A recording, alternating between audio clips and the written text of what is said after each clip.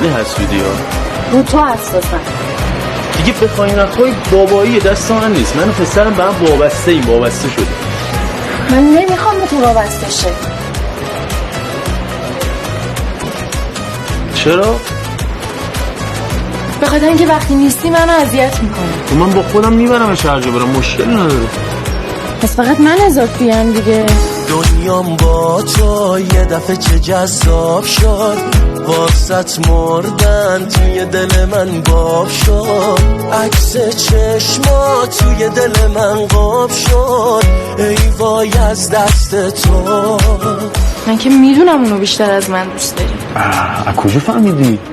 دوست دارم دلبر شیرینم، حالم خوبه پیش تو که میشینم.